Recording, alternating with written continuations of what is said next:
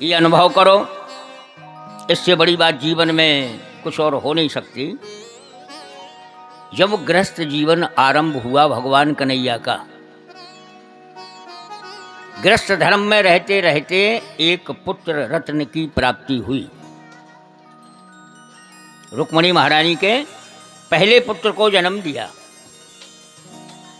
इनका नाम क्या है? इनका नाम है प्रद्युम्न। पहला पुत्र जो हुआ उनका नाम हुआ प्रद्युम्न। जिनके जीवन में सुंदर कर्म प्रकाश हो उसे प्रद्युम्न कहते हैं। कृष्ण के शत्रुओं की भी कमी नहीं है। शंबरासुर एक राक्षस है, तो ये भगवान कृष्ण से द्वेष करता है। इसके लिए बहुत जलन थी। भगवान का जन्म हो रहा है। रुक्मिणी महारानी कहाँ है? अपने सूतिका गृह में। सूतिका गृह का को शोर।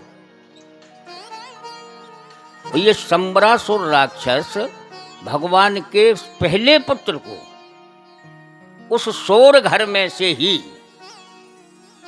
उठा ले गया। वहां से ले जाकर के, क्योंकि इसको तो दुश्मनी निभानी थी, ये चुरा के ले गया। आकाश मार्ग से गया और जा करके इसने समुद्र में फेंक दिया। भगवान को, जो बालक हैं पहले प्रद्युम्न के लिए, जाकर इसने समुद्र में फेंक दिया। समुद्र में फेंका, उसमें थी एक मछली। वो बड़ी मछली उस बालक को निगल गई। मछली चली गई। मछुआरों ने पकड़ लिया। मछुआरों ने पकड़ा और बस देखो तुम, जो होतव्यता होती है उसको कोई रोक नहीं सकता है। जैसी होतव्यता तैसे ही मिले सहाय, के ले आवे ताहे को के ताहे तहां ले जाए। तुम कितनी कोशिश करो, जो होना है वो होना है। इनने अपनी समझ के कहे हमारी मौत है, इसको हम मार दे में, समुद्र में फेंक दे में। लेकिन वो मछली समुद्र में गई और वो मछली मछुआरे ने पकड़ी। और वो मछुआरा किसका था? उसी शंबरासुर का। ले जाकर के रसोई घर में पहुंच गई। उसको चीरा गया और जहां मछली को चीरा तो उसमें से वो बालक निकला।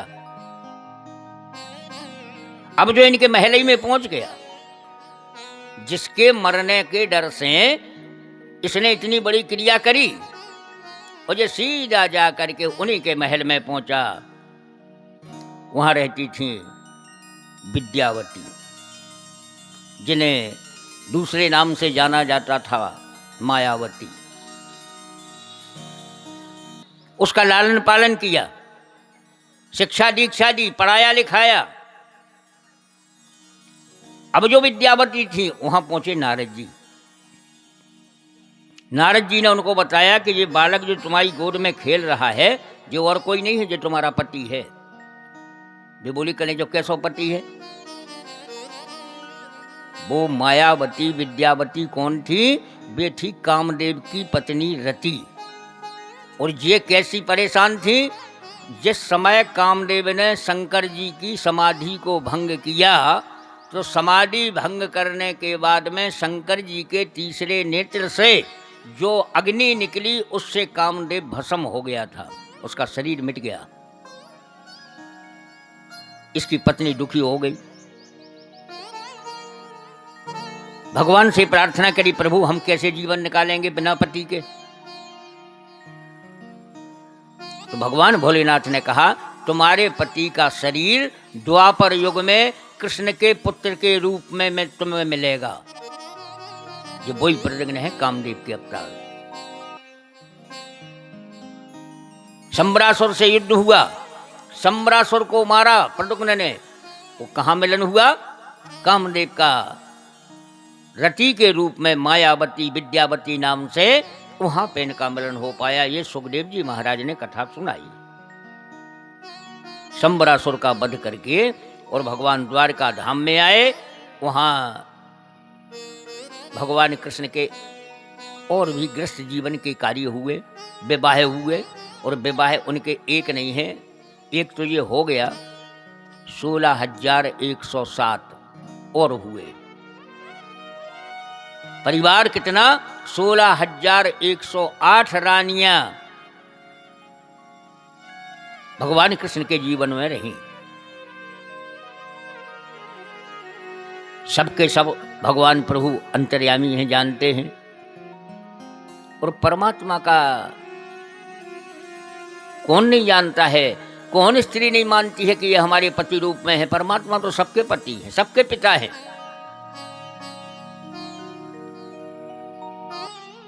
एक कथा सुनाई, बहुत पावन चरित्र कथा है ये।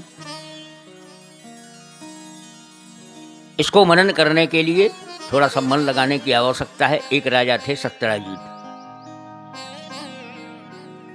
सत्यराजीत राजा सूर्य देव की भक्ति करते, आराधना करी। सूर्य उदय के पहले उठ करके भगवान का ध्यान करते। भगवान उन पर प्रसन्न हो गए और जहां प्रसन्न भये तो सूर्य देव ने एक मणि दी। वो मणि किसको दी? राजा सत्यराजीत को। उस मणि का नाम स्यमंतक मणि। इसकी पूजा करवे ये राजा।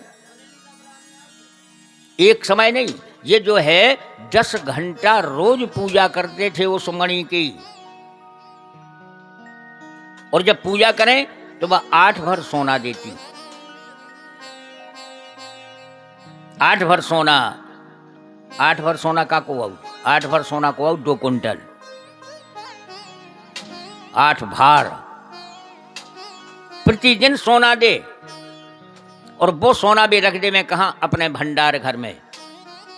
भंडार घर में रखने के बाद में अपनी प्रजा को दान करते थे। बड़ा सुंदर इनका शासन चल रहा था। एक दिन की बात है,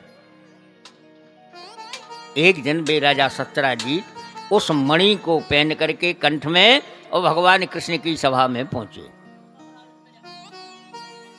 द्वारकापुरी में राजा सत्यराजीत जो मणि सूर्य देव से मिली थी वो मणि लेकर के गले में पहन करके द्वारकापुरी में पहुंचे।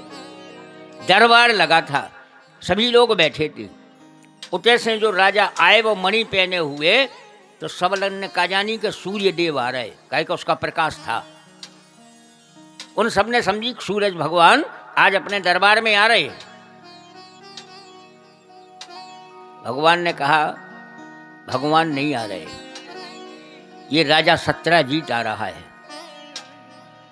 आसन दे बैठा ले। सबको वहां पे दर्शन हुए, बातचीत हुई।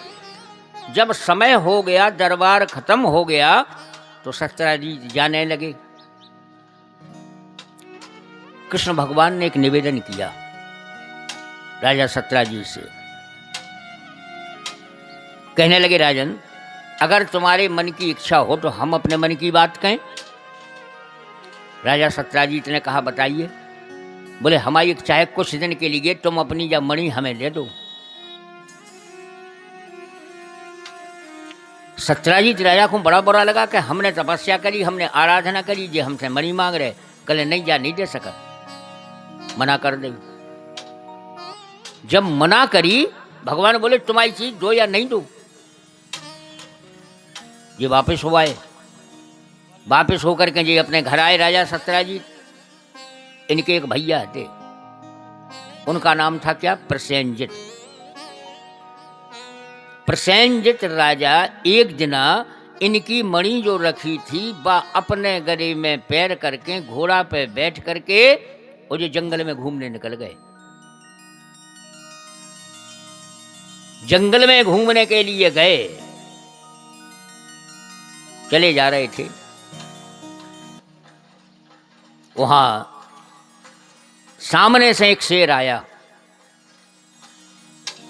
उस शेर ने राजा प्रसेनजित को मार दिया घोड़ा को मार दिया और वह मणि छुड़ा ली। उस मणि को शेर ने छुड़ा लिया। शेर वो मणि लेकर के चला जा रहा है। कुछ दूर तक गए, सामने से आ रहे थे भालू के रूप में जामवंत जी। जामवंत जी ने सामने देखा शेर को। जामवंत जी ने उस शेर को मार दिया और वह मणि छुड़ा ली। उस मणि को ले जाकर के उनने अपनी गुफा में रख दिया। इनकी बेटी थी एक, जिसका नाम था जामवंती। जामवंती ने अपने खेल के लाने रख ली, पूजा करे, खेले, उसका प्रकाश हो। यहां जब शाम तक इनके भैया नहीं पहुंचे तो राजा सत्यजित ने सोचा कि हमारे भैया को पता नहीं है और हमारी मणि को पता नहीं है।